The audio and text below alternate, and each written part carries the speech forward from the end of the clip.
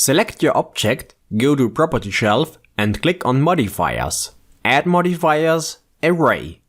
Play around with the settings. For example, count and offset.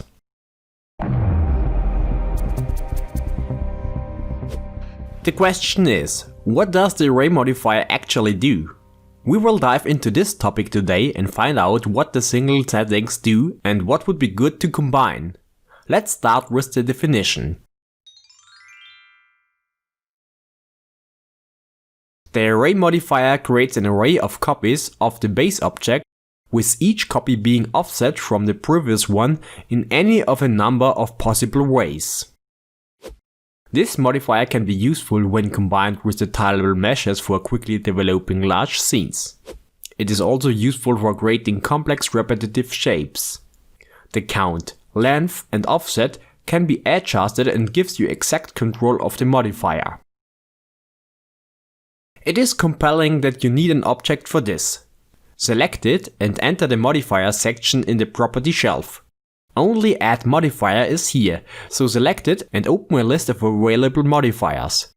The list is long, but we will care about the array modifier today. You will get immediately a duplicate of your base object, and here you will find all settings for the modifier. Basically, I would define by myself 4 classes of importance. Array fit2, Array offset, merge, caps and UVs. Let's find out what every class is doing in detail, but I will need to mix them and can't discuss it isolated because those functions need to work together to get best results. I will try to sort the topic as good as possible. You have 3 options for the offset: relative offset, constant offset and object offset. Relative and constant offset are working with exact values, and the object offset need an object as reference to work properly. The shape of your 3D object is not important, only its bounding box. Important is the distance between the 2 objects, which is adjustable. When you adjust the shape of your object and it is getting bigger, then the offset will change as well here. We are currently working with only one replication of your base object. Let's use the count setting of the first class and add further replications. The length of the array depends on your number in the count setting and the offset values.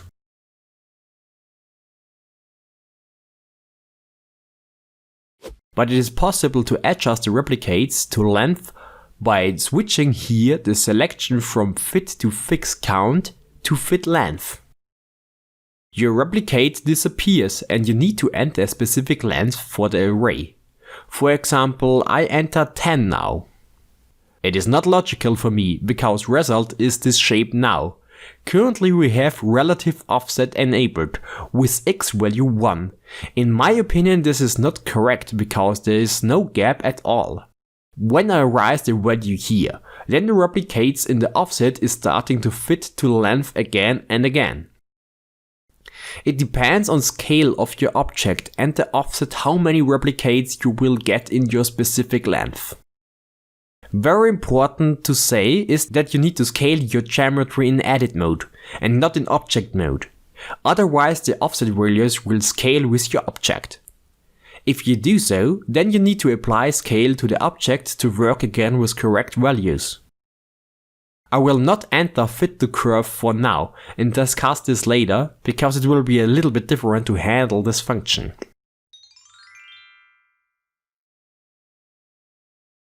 I create a primitive cube object with the array modifier.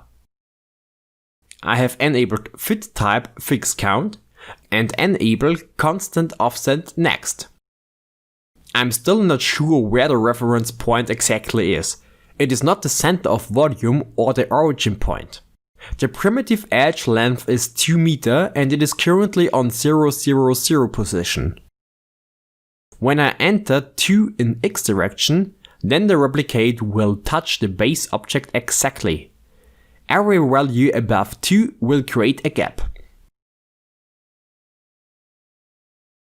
If you change the fit type to fit length, then you need to define the length so that the function can run properly.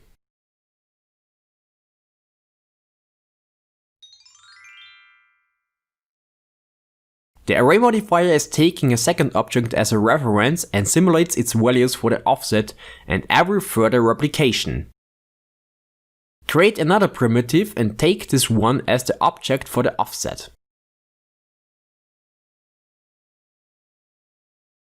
Blender works with the origin position of this object, and it doesn't matter which kind of shape this object has.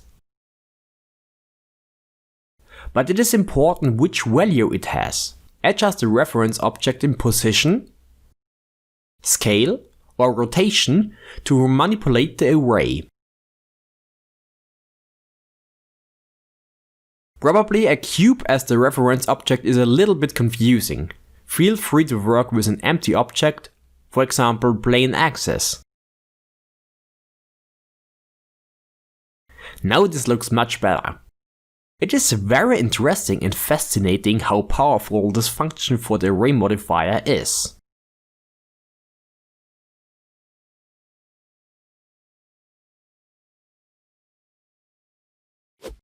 Next, I want to show you how to create this kind of array as an example of the method, a circle. Create your base object and the plane axis for the reference object. The empty object should be the center of the circle. So pull the base object away from the center. The distance between the two objects defines the radius of the circle. For this example, I set the number of replicates to 8 and forms this family aligned array. Now something very important has to be done. You need to apply the location of your base object. If you don't do this and start to rotate your reference object, then this will happen. And you see that the rotation of the single replicates don't look good. So press Ctrl A to call up the apply window and select the location. The origin will jump to 0, 0, 0 position and all replicates change the array around the reference object with the correct orientation. Only thing which is missing is the correct value for the rotation so that we get a perfect circle. The count of replicates is 8, so we need to check the angle of rotation. Enter 360 degrees for a full circle and divide it with 8. Blender calculates the correct value for you and you get a perfect circle as an array of your base object. It is still possible to modify your base object.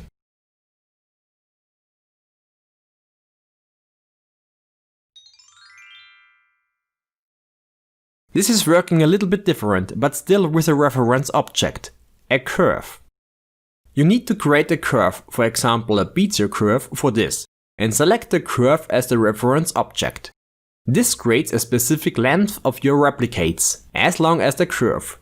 If you start to adjust the curve itself, then the length of the array will change as well. It is possible to control the number of replicates and the gaps with any offset option, even though with an object offset as a second reference for your base object. But maybe you want that your object and your array modifier is following this specific curve. For this we will need a second modifier, which I will only use for this purpose in that video. Select your base object and add another modifier, the curve deform modifier. Select the Bezier curve as your deform object. Only thing is that you probably lose the shape of your basic object in Blender 2.9. Now things is going to be really interesting.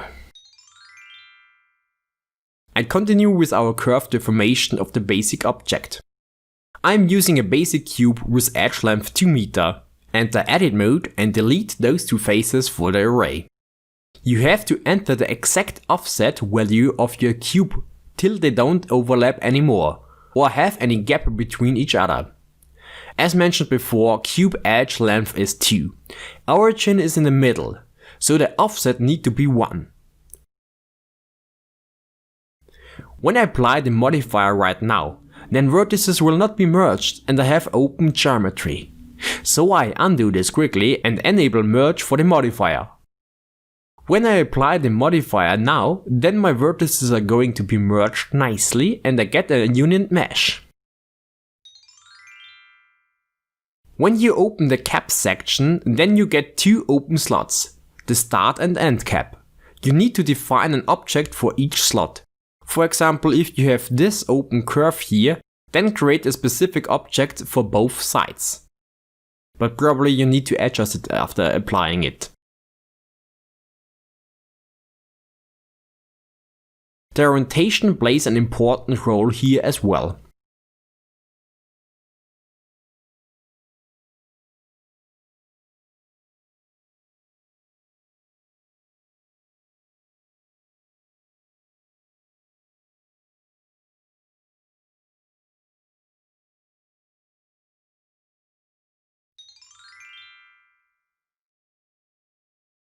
You can define here an offset for the UVs. Probably you want to change texture a little bit, but probably you should use a better texture as I do here.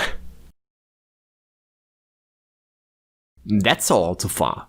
Thank you very much for watching. It would be very nice to give this video a like and or subscribe to our YouTube channel for more game dev videos.